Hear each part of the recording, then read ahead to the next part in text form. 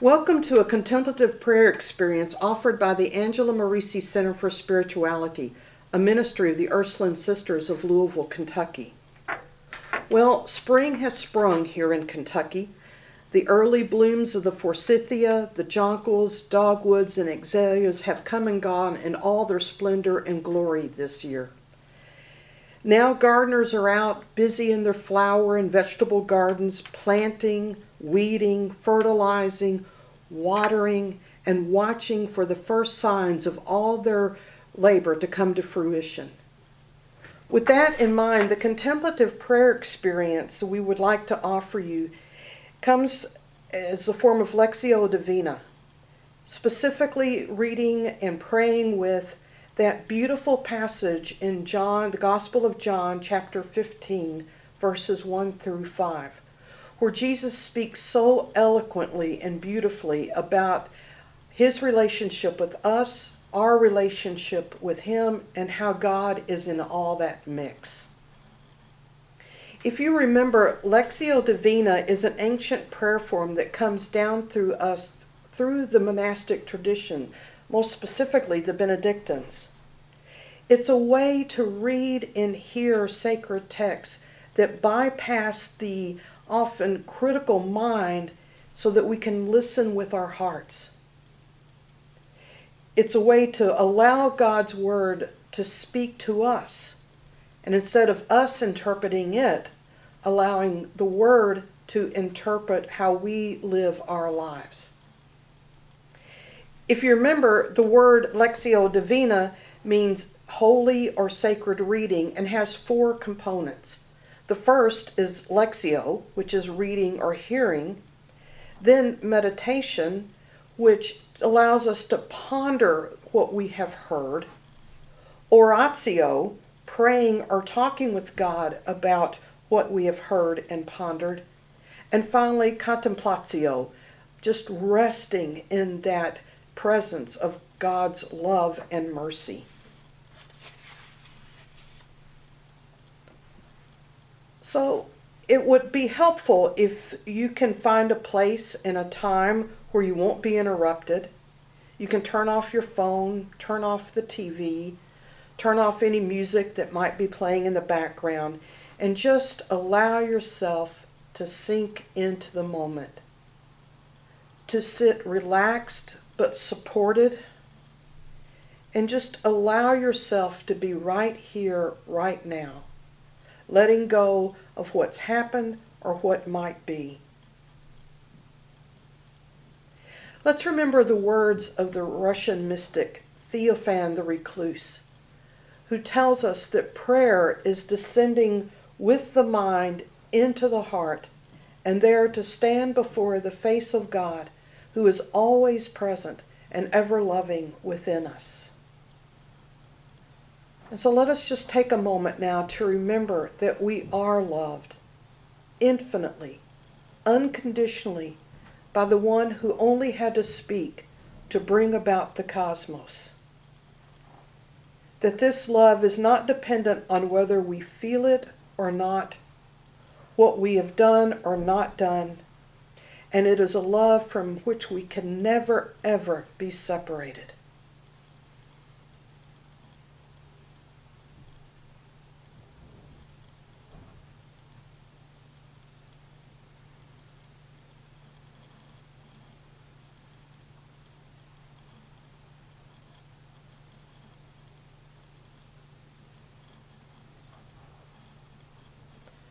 So having rooted ourselves in the reality of God's love for us, let me invite you just to take a good deep breath.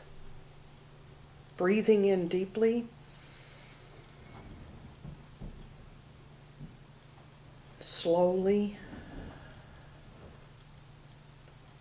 And as you continue to breathe in your own natural rhythm, allow each breath to carry you down deeper and deeper and deeper,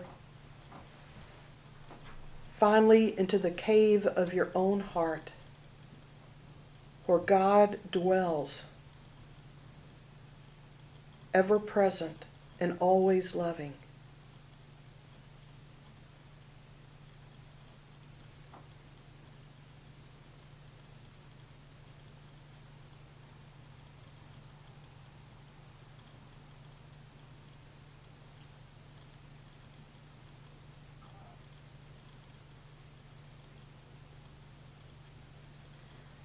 So, standing before the face of God, I invite you to hear the words of this passage. And as you hear them, notice if there's a word, a phrase, an image, or a feeling that bubbles up, that catches your attention. Just notice that as you hear this word. So I invite you to hear this passage now with the ears of your heart. I am the true vine, and Abba is the vine grower, who takes away every branch in me that does not bear fruit. And every branch that does is pruned, so that it bears more fruit. You are already pruned because of the message I have spoken to you. Live in me. Make your home in me, just as I do in you. Just as a branch cannot bear fruit on its own unless it remains on the vine, so neither can you unless you remain in me. I am the vine. You are the branches. When you are joined with me and I in you, the relationship intimate and organic, the harvest is sure to be abundant. So what word, phrase, image, or feeling do you notice as you hear these words?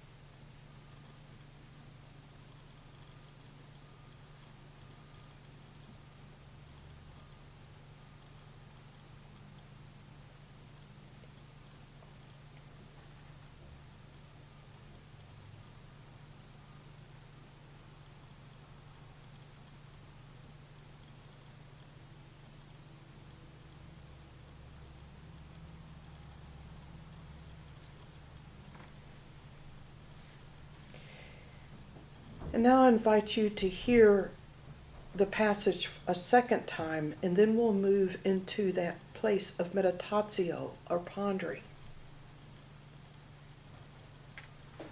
I am the true vine, and Abba is the vine grower, who takes away every branch in me that does not bear fruit. And every branch that does is pruned, so that it will bear more fruit. You are already pruned because of the message I have spoken to you. Live in me. Make your home in me, just as I do in you. Just as a branch cannot bear fruit on its own unless it remains on the vine, so neither can you unless you remain in me. I am the vine, and you are the branches. When you're joined with me, and I in you, the relationship intimate and organic, the harvest is sure to be abundant. So as you ponder these words, you might ask yourself, what does this passage say to me right here and right now in my life? Might God be extending some kind of invitation to me through these words?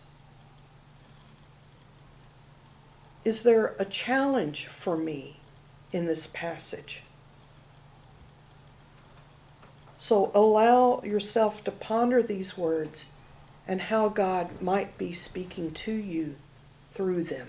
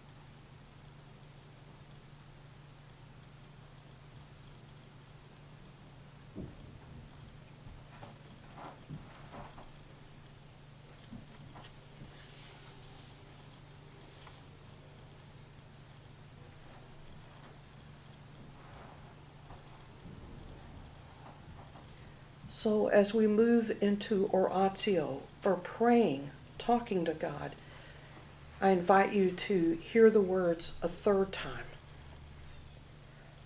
I am the true vine, and Abba is the vine grower, who takes away every branch in me that does not bear fruit.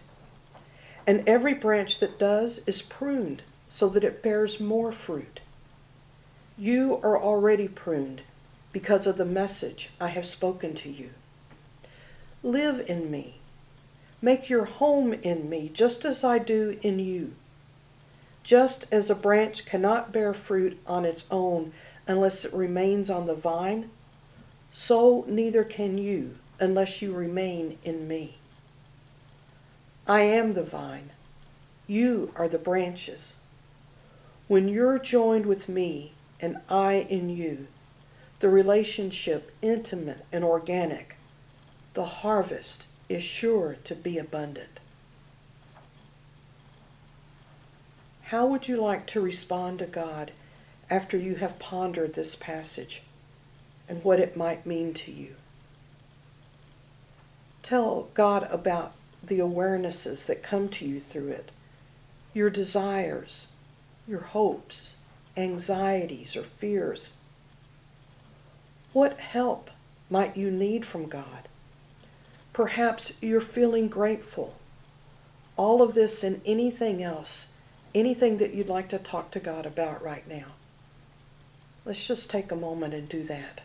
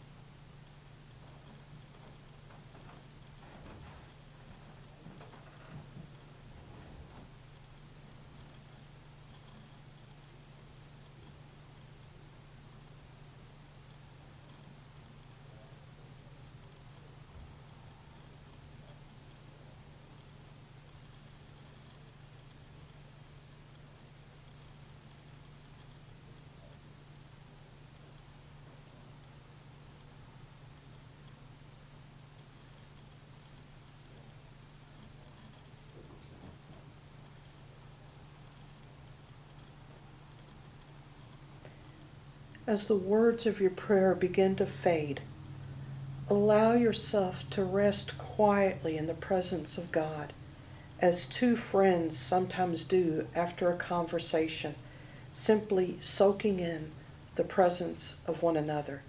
This is contemplatio.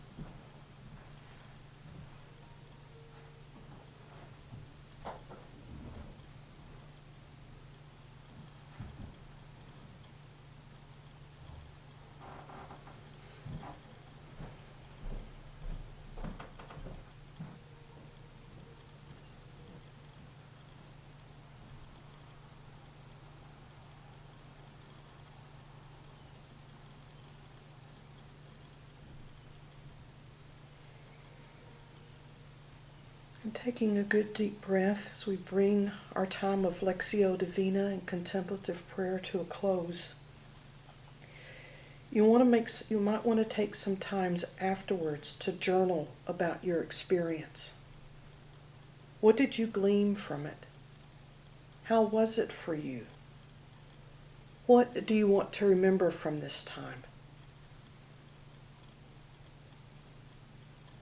And so we express our gratitude for God for the words that come down to us through our ancestors, that speak to us of truth, love, peace, and joy, that instruct us on how we are to live, on what our relationship with God is to be, and how we are to be for one another.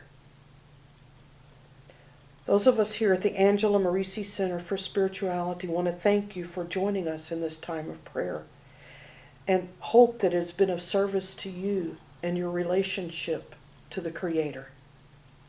Thank you.